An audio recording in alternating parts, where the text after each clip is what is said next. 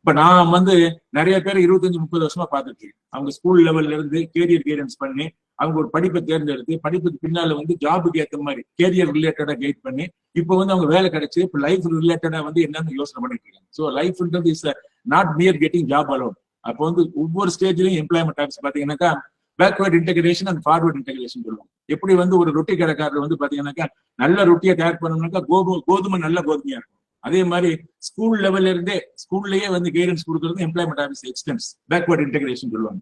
திருப்பி காலேஜ்ல படிக்கிறப்ப ஸ்டடி ஸ்கில்ஸ் எப்படி இம்ப்ரூவ் பண்ணிக்கணும் அப்படின்றது. அப்புறம் எம்ப்ளாயபிலிட்டி ஸ்கில்ஸ்ன்றது பாத்தீங்கன்னா பினிஷிங் ஸ்கூல்ஸ் மாதிரி அந்த காலேஜ் முடிக்கிற நேரத்திலேயே let job wait rather than me, வேலை எனக்காக காத்திருக்குன்னு சொல்ற மாதிரி. இப்ப நீங்க பாத்தீங்கன்னா இன்னைக்கு வந்து இப்ப இந்த ஸ்டாஃப் செலக்ஷன் எக்ஸாம் எழுதுறதுக்கு பாத்தீங்கன்னா இங்கிலீஷ் வந்து ஒரு முக்கியமான விஷயம். Synonym, antonym, one word substitution இப்படி எல்லாம் நிறைய இருக்கு பாருங்க.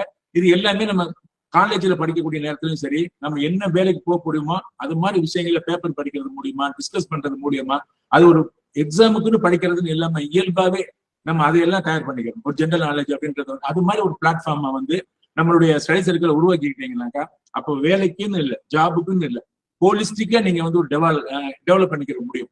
அப்புறம் பாத்தீங்கன்னா ஒரு இன்டர்வியூ தயாராகிறது, குரூப் டிஸ்கஷன் தயாராகிறது. ஏன்னா வேரியஸ் எம்ப்ளாயர்ஸ் இருப்பாங்க, ஒவ்வொருத்தருடைய எதிர்பார்ப்பும் வேற வேற மாதிரி இருக்கும்.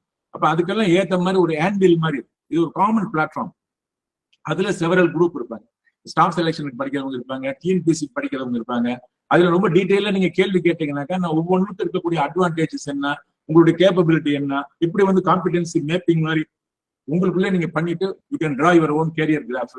அந்த மாதிரி எல்லாம் உங்களுக்கு நிறைய சொல்ல முடியும் வந்துட்டு. அவர் சொன்ன மாதிரி சைக்கலாஜிக்கலா நம்ம எல்லாருக்குமே பாத்தீங்கன்னாக்கா ஒரு மனதுக்குள்ள ஒரு நம்ம கான்பிடன்ஸ் வர்றதுன்றது டெய்லி நம்ம பிஹேவ் டு நம்மளவே நம்ம வந்து இம்ப்ரூவ் பண்ணிட்டே இருக்கணும், கான்பிடன்ஸ் கொண்டு வந்துட்டே இருக்கணும் நம்ம வந்துட்டு. ஸோ அதனால வந்து இந்த அப்ஸ் அண்ட் டவுன்ஸ், அந்த மூட் ஸ்விங் ஆகுறது இதெல்லாம் எவ்வளவு ஒன்றுக்கு இருக்கும் சைக்கலாஜிக்கலா வந்து. ஏன்னா நமக்கு வந்து இந்த நம்ம என்ன வேணாலும் நினைச்சா மாறிக்கிறலாம் அப்படின்னு சொல்ற ஒரு வரம்னு சொல்லலாம், அது சாபம்னு சொல்லலாம். இந்த பறவைகளுக்கு பாத்தீங்கன்னாக்கா அதுக்கு வந்து சைக்கலாஜிக்கலா மோட்டிவேஷனே தேவையில்லை, இன்ஸ்டிங் வந்து இன்பில்னா வந்து சர்வைவல் ஸ்கில்ஸ் இருக்கு அனிமல்ஸ்க்கும் சரி, பிளான்ட்டுக்கும் சரி, இல்ல பறவைகளுக்கும் சரி. ஆனா ஹியூமன் பீயிங்ஸ் பாத்தீங்கன்னாக்கா நம்மளுடைய சாய்ஸ் தான். Every one can become anything what they want to become. அதுக்கு என்ன வேணும்னாக்கா அவங்களுடைய சாய்ஸ் தான் அது வந்து.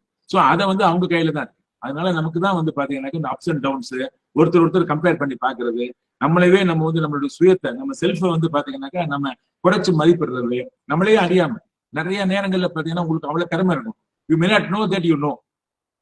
இதெல்லாம் வந்து கவுன்சிலிங் மூலியமா அப்படியே நம்ம வந்து புரிதல் மூலியமா தான் நம்ம வந்து இது பண்ண முடியும். சில பேருக்கு வந்து ரெண்டு சொல்லுவாங்க, what is your potential and what is your actual. இது பொட்டன்ஷியல் எல்லாருக்கும் இருக்கும், அதை வந்து கன்வெர்ட் பண்ணி எபிலிட்டியா மாத்தி ஃபங்க்ஷனலா மாத்துறதுன்றது அவங்களுக்கு தேவையான ஒரு இன்டர்வென்ஷன். அதெல்லாம் வந்து எம்ப்ளாய்மெண்ட் ஆஃபீஸ்லயும் சரி, இந்த ஸ்டடி சர்க்கிள்ல வந்து பாத்தீங்கன்னா சரி, நீங்க எல்லாம் குரூப்பா உட்காந்து இருக்கப்ப இந்த குரூப் டைனமிக்ஸ் மூலியமா வந்து இண்டிவிஜுவலாவும் சரி குரூப்பாவும் சரி நீங்க எல்லாரும் வந்து அந்த பலனை அடைய முடியும். அதனால நீங்க கொஞ்சம் தயக்கம் இல்லாம கேள்வி கேளுங்க.